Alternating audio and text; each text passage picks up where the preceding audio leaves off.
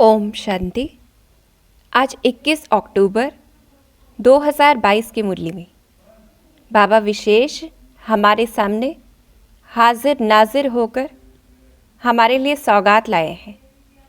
तो हमें उस सौगात को स्वीकार भी करना है और उस सौगात को लेने के लायक भी बनना है। तो सबसे पहले बाबा ने हमें खुशी की ढेर सारी पॉइंट्स दिए हैं कि हम कौन हैं।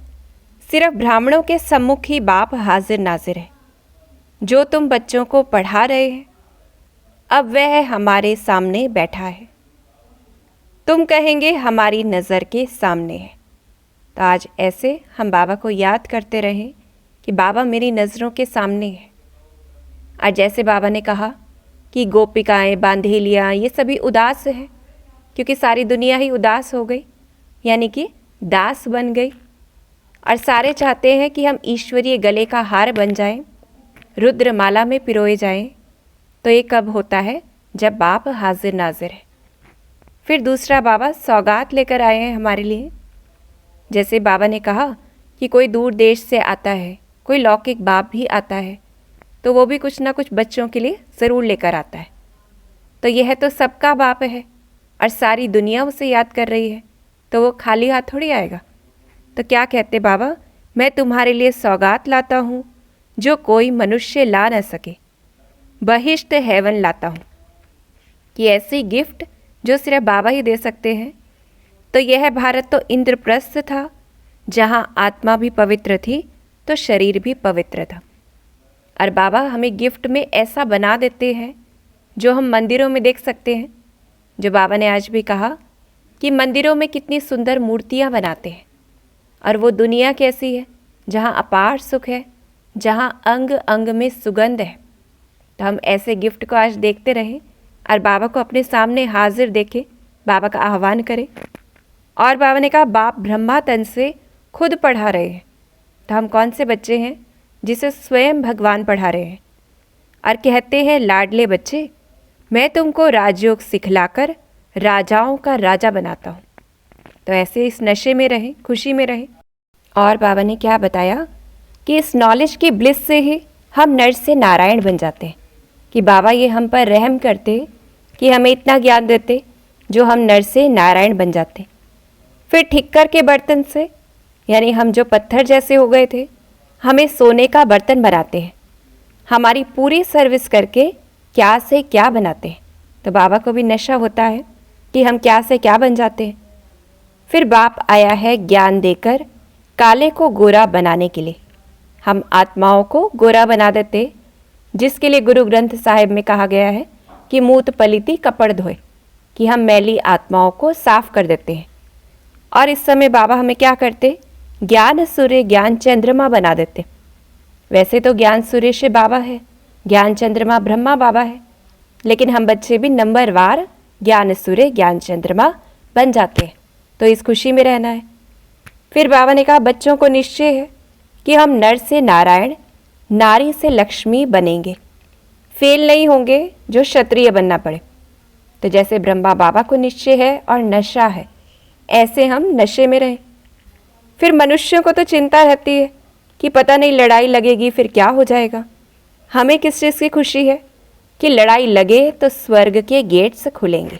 तो हमें अपने लिए भी खुशी है और दूसरी आत्माओं के लिए भी खुशी है कि उन्हें मुक्ति मिलेगी। फिर बाबा कहते कि जहाँ बाबा इतनी हमें खुशियों के पॉइंट्स देते हैं, तो बच्चों को बेहद के बाप से अथाह प्यार है।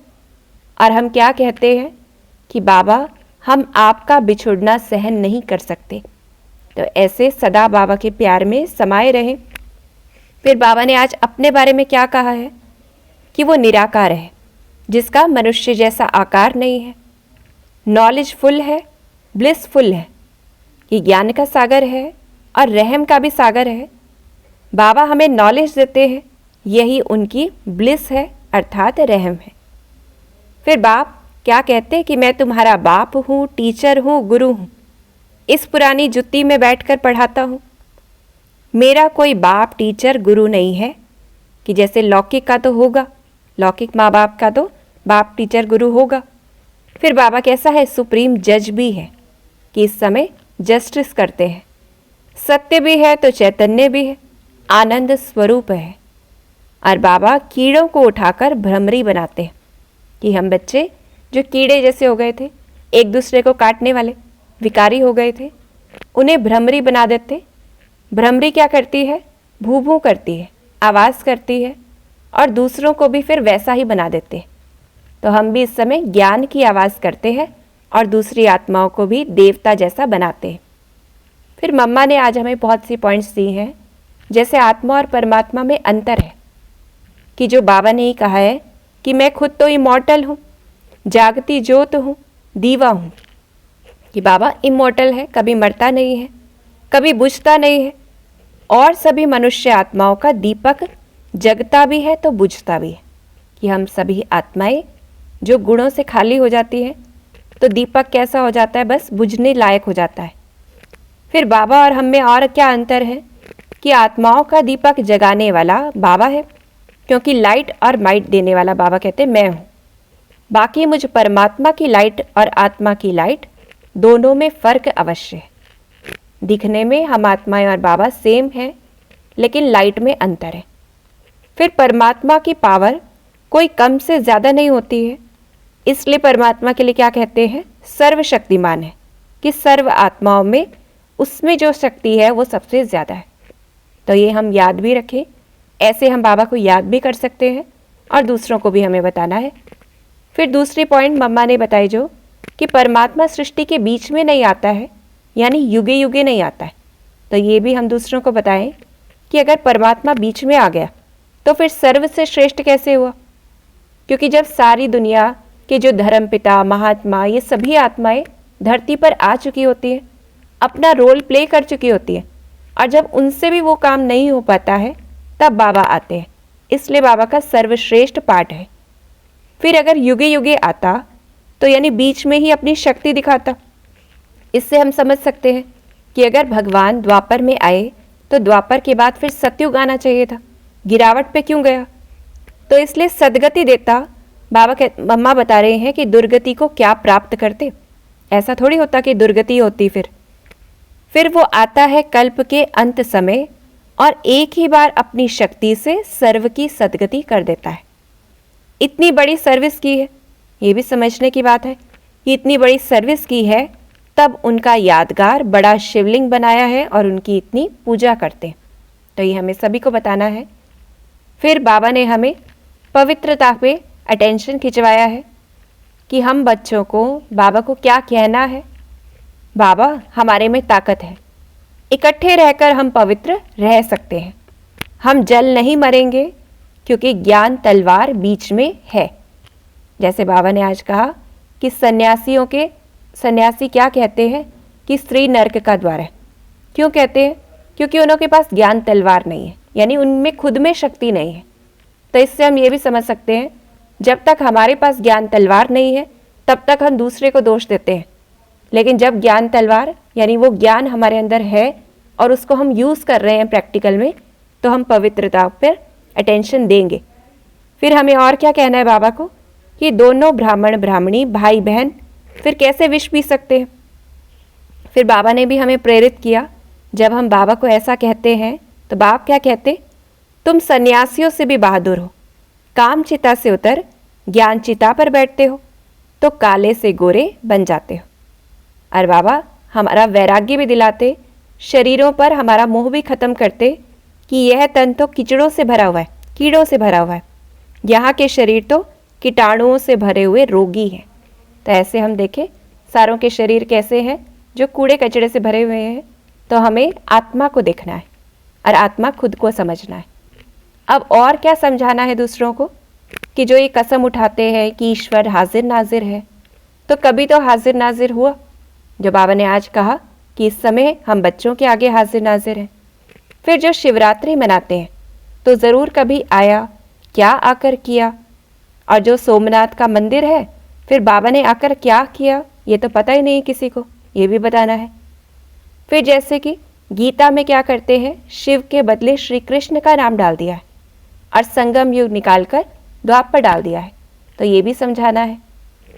फिर बाप राजयोग सिखलाते, राजाओं का राजा बनाते, श्री कृष्ण नहीं सिखला सकते। इस पर बाबा ने अच्छी पॉइंट हमें बताई है कि श्री कृष्ण तो खुद ही राजाओं का राजा बनते हैं, और सन्यासी भी क्या है, वो पवित्र प्रवृत्ति मार्ग बना नहीं सकते, क्योंकि वो ऐसा कभी कहते ही नहीं है या कह सकते ही नहीं है कि हम तुमको राजाओं का राजा बनाते हैं। तो ये बात सिर्फ बाबा ही कह सकते, बाकी तो बनते हैं या फिर वो तो आते ही द्वापर में है सन्यासी। तो फिर जगत अम्बा का पिता कौन है, ये भी किसी को नहीं पता, कि ब्रह्मा तो सरस्वती का बाप है, ये समय बाबा ने आकर हमें बताया।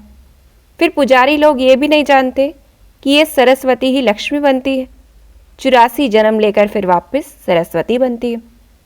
और जैसे जो कहा जाता कि ब्रह्मा का दिन और ब्रह्मा की रात, तो इस समय ब्रह्मा की रात है, फिर ब्रह्मा की रात से दिन होगा, तो ये भी लोग नहीं जानते।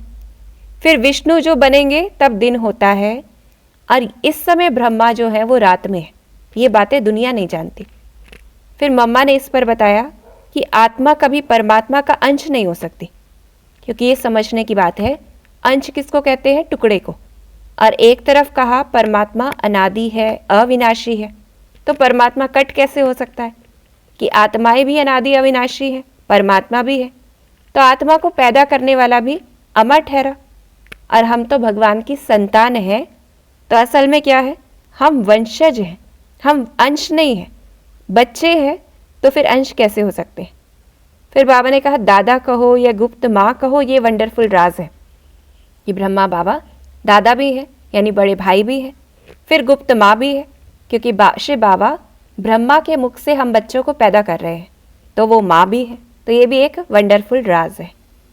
फिर बाबा ने कहा, प्रेरित भी किया कि बाबा नंबरवार पुरुषार्थ अनुसार कहते, हमेशा याद प्यार भी नंबरवार पुरुषार्थ अनुसार देते, क्योंकि बाबा प्यार तब करेंगे जब बाबा मुआफिक सर्विस करके दिखाएंगे, करके तड़ते होंगे, तो जो जैसी मदद करते उतना ही प्यार रहता है। तो हमें ऐसे दूसरों को भी ये सब कुछ समझाना है। और फिर बाबा ने विशेष शिक्षाएं दी हैं, कि जैसे चक्र पर बताया कि कैसे हम देवता क्षत्रिय वैश्य शूद्र बनते हैं, और इस समय ब्राह्मण वर्ण में है, तो ऐसे ऐसे चक्र फिराना है, खुद का स्वदर्शन चक्र फिराना है। इससे क्या होगा, विक्रम विनाश होंगे और रावण का गला कटेगा, या ये कहें सच्चा दशहरा हम मना पाएंगे। फिर बाबा ने कहा कोई भी बात समझ में नहीं आती है तो पूछ सकते हैं। जैसे आज बाबा ने उदाहरण दिया कि सूर्यवंशी की रॉयल दास दासियाँ होंगी, प्रजा की भी होंगी, चंद्रवंशी राजा रानी की भी होंगी, और वो सभी यहीं पर बन रही हैं। तो अगर इस समय कोई पूछे बाबा से कि मैं अब शरीर छोड़ दूँ तो मैं जाकर क्या बनूंगा, तो बाबा बताएंगे। तो ऐसे कोई भी बात हमें पूछनी है तो हम बाबा को चिट्ठी लिखें, बाबा को पूछें, तो बाबा मुरलियों के द्वारा हमें उत्तर देंगे। फिर बाबा ने अटेंशन दिलाया कि याद रखना, योग अगर ठीक नहीं होगा तो वह सुख महसूस नहीं होगा, शोक वाटिका में बैठे होंगे। तो हम ऐसे चेकिंग कर सकते हैं, अगर हम सुख का अनुभव नहीं कर रहे हैं तो यानी कहीं ना कहीं हमारा योग ठीक नहीं है, क्योंकि योग ठीक नहीं है तो बाबा कहते हैं शोक वाटिका में रहेंगे, और स्वर्ग अशोक वाटिका है। तो हमें याद किसको करना है, स्वर्ग को। फिर याद रखना, सच्चे दिल पर साहिब राजी। तो आज हम अपनी दिल को बार बार चेक करें, क्या वो सच्चा है या उसके अंदर कोई मिलावट है, क्योंकि सच्चे दिल पर ही साहिब राजी होगा। फिर बाबा ने सावधान किया, अगर अंदर शैतानी होगी तो विघ्न डालते रहेंगे, फिर कड़ी सजाएं भी मिलेंगी, क्योंकि ट्रेटर्स के लिए कड़ी सज़ा होती है।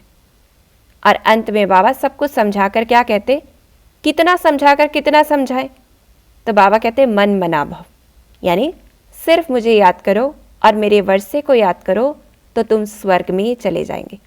तो हमें बाबा को याद करना है, बाबा के वर्षे को याद करना है। वर्षा सिर्फ स्वर्ग नहीं है, वर्षा इस समय सारी शक्तियाँ और गुण भी हैं जो बाबा हमारे अंदर भर रहे हैं, तो याद करना है उसे।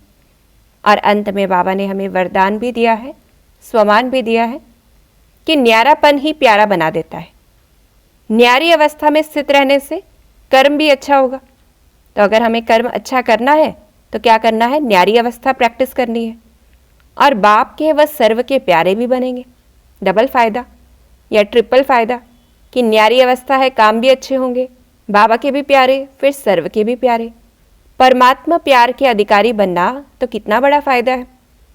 अब ये करना कैसे है, ये न्यारेपन की प्रैक्टिस कैसे करेंगे, तो बाबा ने क्या कहा इस पर कि जितना अपनी देह के भान से न्यारे होते जाएंगे उतना प्यारे बनेंगे।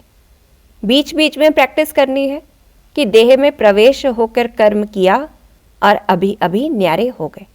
तो ऐसे आज हम प्रैक्टिस करें अशरीरी अवस्था की, यानी शरीर से निकलने की प्रैक्टिस।